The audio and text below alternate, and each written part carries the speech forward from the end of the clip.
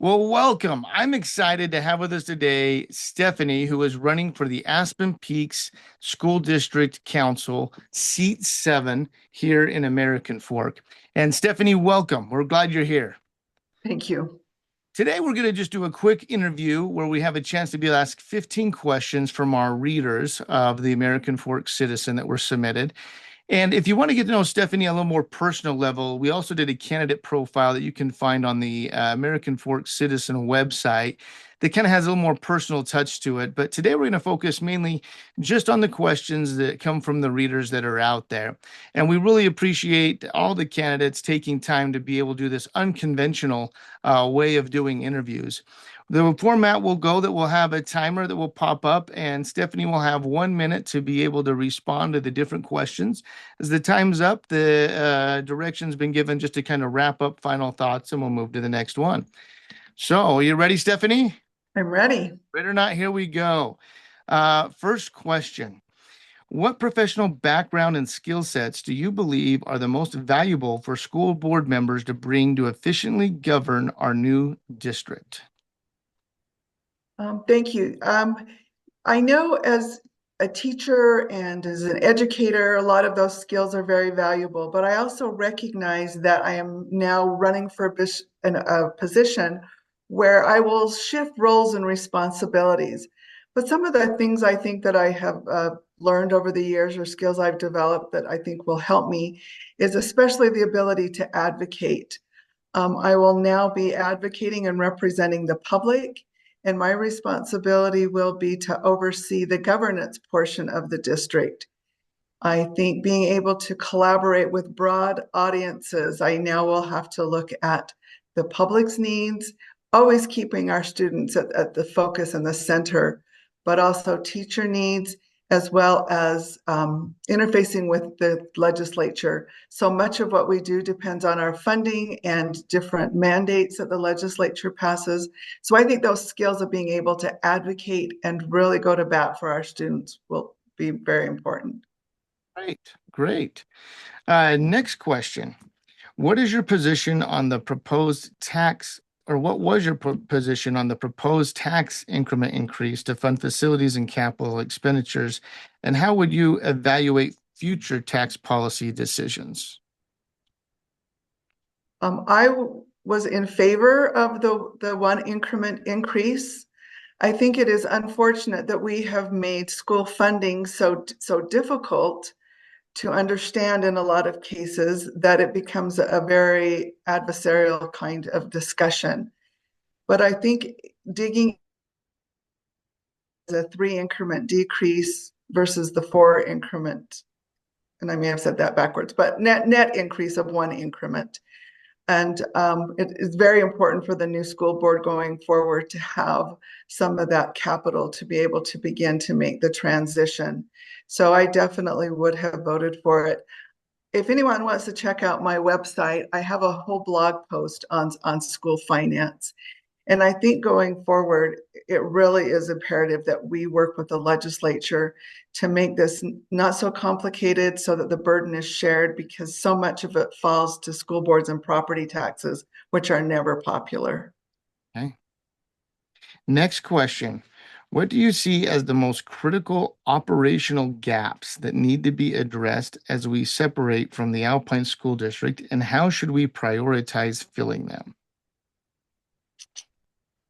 Boy, some of those operational gaps, I think, come when we look at schools, the different sizes of schools, how we are able to offer certain programs at different schools. So I would think one of the biggest things we need to do from an operational standpoint is to really look at the sizes of our school, where the growth is coming from, how those boundaries play into that, so that we can have the best class sizes that we possibly can, meaning the lowest class sizes. And it's really difficult to balance people wanting their neighborhood schools and being close, but also the educational outcomes that come from having smaller class sizes. And how would you approach creating the Aspen Peaks inaugural budget? And what factors should guide our financial planning process? Well, the legislature has mandated a lot of that, at least from the beginning. We will be operating under some constraints from the state legislature. But I believe the very first thing we need to do, in conjunction with the superintendent and the new business administrator, is to do a thorough audit of the district, where the money is being spent, what kind of things that we need to do. And I think central to that is setting our mission and goals. We all need to be focused on the same desired outcomes, which I hope would be student outcomes. And so, as we do a deeper dive, look at those things, we need to look at student outcomes. I believe we need to hold teachers harmless, because as much as we want for our students, none of it happens without the great work of our teachers. So I guess analyzing the budget and setting clear priorities as a board, being all in agreement. Great. And how would you evaluate tax incentives and requests from development agencies, and what criteria should guide these decisions? Wow, that seems like a city council question. I'm not sure. I understand that when those incentives are given, then that can cut some of the tax base that would go to schools, and a delicate balance. I don't know that I feel like I have delved into that issue specifically enough to really understand all the gives and takes. But I do think it would definitely be something that I would hope the school board and the city would be open to sharing with the school board, to understand the ramifications for those tax incentives, because having those businesses also benefit the community and our schools, because our businesses are so great to support our schools in so many ways other than just tax dollars. Okay, great. And then how would you approach establishing district policies for Aspen Peaks, adopting existing frameworks or developing new ones? And what should guide this process? So again, on the policies and procedures, which is a key responsibility of the school board, the legislature has made it clear that for the first year, we will operate under the existing policies and procedures from Alpine School District. And that really gives us a year to really analyze and delve into those. It may seem at times that the progress is going slowly, that this process has been really stretched out, but I'm really grateful for the time, because we really want to make this as seamless as possible for our students. And so we'll know we're successful if our students don't even realize they're in a new school district. So I'm grateful for that year. Imperative is the input from our teachers as well as the community. And I think we need to start there with a lot of opportunity for public input, again, on setting our priorities and focus. That will make all decision making easier as we set these goals and as we make those difficult decisions. Okay. Next one has to do with labor relations. What approach should this district take in establishing relationships with employee unions and negotiating collective bargaining agreements? So I am in favor of teacher unions. I was a teacher for a lot of years and belonged to the Alpine Education Association. And I believe there is a role for both entities to play. I know there has been some controversy, and some work in the legislature and the signature gathering this year, but I believe the association has teachers' best interest at heart, and we each have a role to play. We have been lucky in Alpine School District. There's been a very cooperative and collaborative relationship with the teachers union, and I see that continuing. And while both sides may never get exactly what they want, or they may bring a different perspective to the table, I believe that conversation is really important. And I think it's important that teachers believe that they have a voice, that they have an advocate. And so I would welcome the continued collaboration that we have had with the Teachers Association. Great. And the next one has to do with legislative relations. How should Aspen Peak School District engage with state legislatures and position itself on education-related legislation? So again, another so So important. It's such an important question.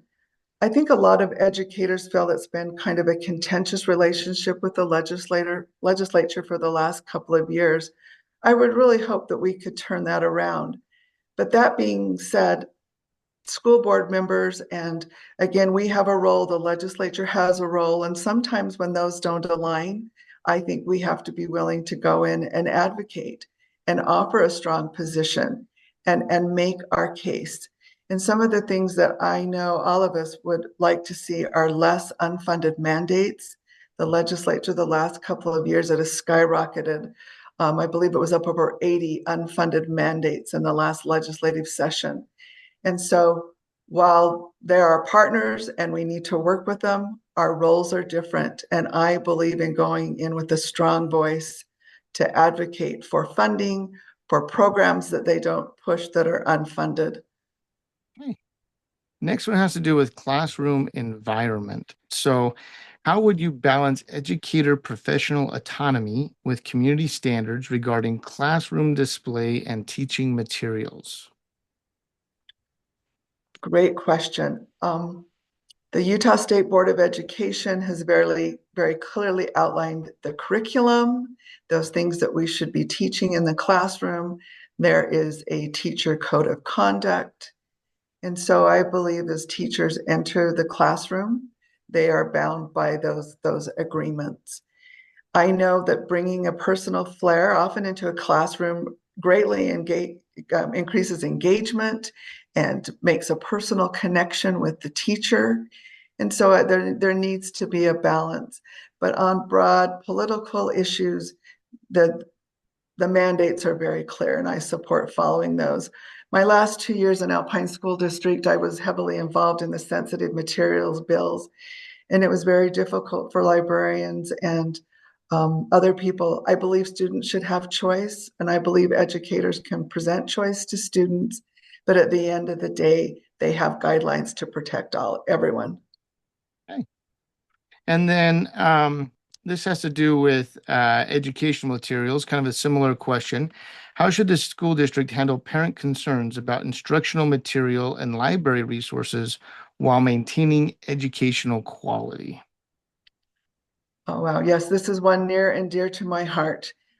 Again, I think good policy that outlines what kind of materials can be in our school are paramount. I think we have great professionals who want good materials for our students. I think they have been painted a lot of times incorrectly and inaccurately. I believe teachers want what's best for students. But that all being said, I think we need guidelines. I think we need good policies. And we balance because we can have the same book or the same material that one parent would advocate for and another parent would ask to be removed. Again, I believe it comes down to choice, especially for those materials that may not be cut and dried. The ones that are cut and dried, inappropriate, should not be there. But students and parents also need choice. So in an English assignment, it's often very easy to give students a selection of books to read from, hopefully falling in line with parents' wishes. Hmm. And then the next one has to do with health curriculum. What approach should the district take regarding health education curriculum and material selections? Again, that is very clearly outlined in law and from the Utah State Board of Education. When the sensitive materials was going through the legislative process 2 years ago, there were very clear outlines also for materials used in health classes and what we would sex education classes. Students in Utah have the opportunity to opt out. So any parent who is not comfortable, and I continue to support that parent's right to advocate for their student. And if that is not something that they wish their student to participate in, that they have the option to have their students sit out for that period of instruction. But I would follow the state mandate. The guidelines are very clear. And again, I believe they are there to protect differing viewpoints in our community about what people would like to see done and still giving our students a quality education.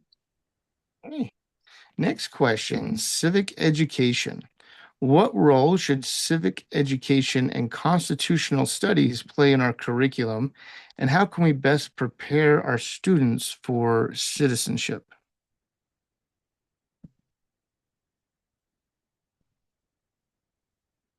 I think civics education is so important for our students. We live in a time where it is very, very difficult to find good information that we can trust to make our decision. I was lucky enough my last 2 years to get a grant, and we actually had a cohort in Alpine School District where we talked about media literacy, news literacy, civic engagement, and how important that is for our students. So I think constitutional studies, civic learning should be a required component of the curriculum. I think we need to educate students on how the process works, where they can find information, and how they can vet that information.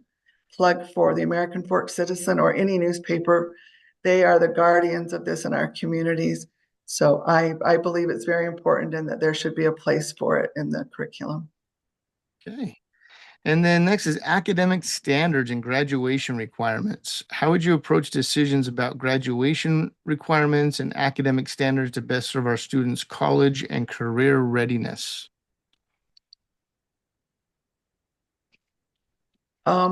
Again, some of those things are laid out for us by the Utah State Board of Education with some latitude at the district level. Again, I think there are skills and that are essential for all of our graduates. The state has an outline, it's called Portrait of a Graduate, that lists not only some of the academic, but also some of the skills, the disposition that these students should have to go out into the world and be successful. But I maintain that there may be different tracks, a lot of different options. So identifying that core, the reading, the writing, some math skills, those things that are really central to everyone's success, but then allowing the students some latitude and their parents in designing a course of study that engages them, prepares them for the future. So a combination of elements need to be brought in to look at that. And then the next one is school choice and funding protection. How should the school district respond to state policies regarding charter schools and school choice programs that may impact our enrollment and funding? Again, I believe that parents should have choice, and there are a lot of great opportunities out there. But at the end of the day, as a school board member for Aspen Peaks, my loyalty lies with Aspen Peaks and the public students, school students who attend the district. So I would do all in my power to advocate for stable funding for our public schools. If there are ways for the legislature to then fund these additional initiatives above and beyond that, then I am totally supportive of that and allowing those parents the choice. But I hate to see our public school funds drained. I hate to see the Constitution changed. I hate to see some of these, and hate maybe is too strong a word. Sorry, I should have. But I really am opposed to diverting those funds that have been outlined in the Constitution for the state of Utah, and especially when we're spending more on some of those programs than we do our own public schools. So very much an advocate of public school funding. Okay. And second to last question, career and technical college education. What role should trade skills and technical education play in our school district's offerings, and how would you expand these opportunities? They definitely need to be part of our district offering. Just as we were talking about graduation requirements, by the time a student is in junior high or high school, I'm hoping they have mastered a lot of those fundamental skills. And at that point, I think they need the opportunity to tailor their education to their interests, needs, and their path that they see going forward after high school graduation. I would advocate for those programs. A lot of times the programs that are offered are dependent on the facilities in a particular school, the expertise of a teacher at a particular school. So I would like to see some of those equalized across the district. recently had the chance to attend farm days at Westlake. They have 11 acres where they are able to have a farm operation. Not possible at every school, unique to their school, but CTE education opportunities are very important to our students, and we have to capitalize where we have unique circumstances or teachers. All righty. And then our final question is kind of an open forum for you. 1 minute to talk to the voters and ask for their votes. Thank you. Well, I am honored to be running for school board. It has been a desire and a goal for a lot of years, and things aligned this year. I really believe it's excuse me, a once in a lifetime opportunity for me and for our school district to really examine all that Alpine has done well and to look at some of those places that maybe we would like to be more innovative, that we can be creative and look at other options. I want you to know my background allows me to a thorough understanding of how schools work, but I am also open to new innovations. I am open to all of the many voices. I don't pretend to have all the answers. And my little tagline has been all in for Aspen Peaks. And I would ask the community to join me in that. I am all in for Aspen Peaks. I am passionate about our students, our public schools, and public education. I believe I bring something different. I am not the same old. And I hope you will take the time to check out my website, other opportunities to reach out and talk to me. I think I bring something unique. Great. Well, Stephanie, such a pleasure to have you here. I know it's not easy to jump on and do a Zoom call and to do an interview with questions thrown at you. Even more so, not easy to put your hat in the ring to be able to run for public office. So we can't thank you enough for the time that you've taken today to be able to be with us. So thank you so much. Thank you. And thank you to the American Fork Citizen.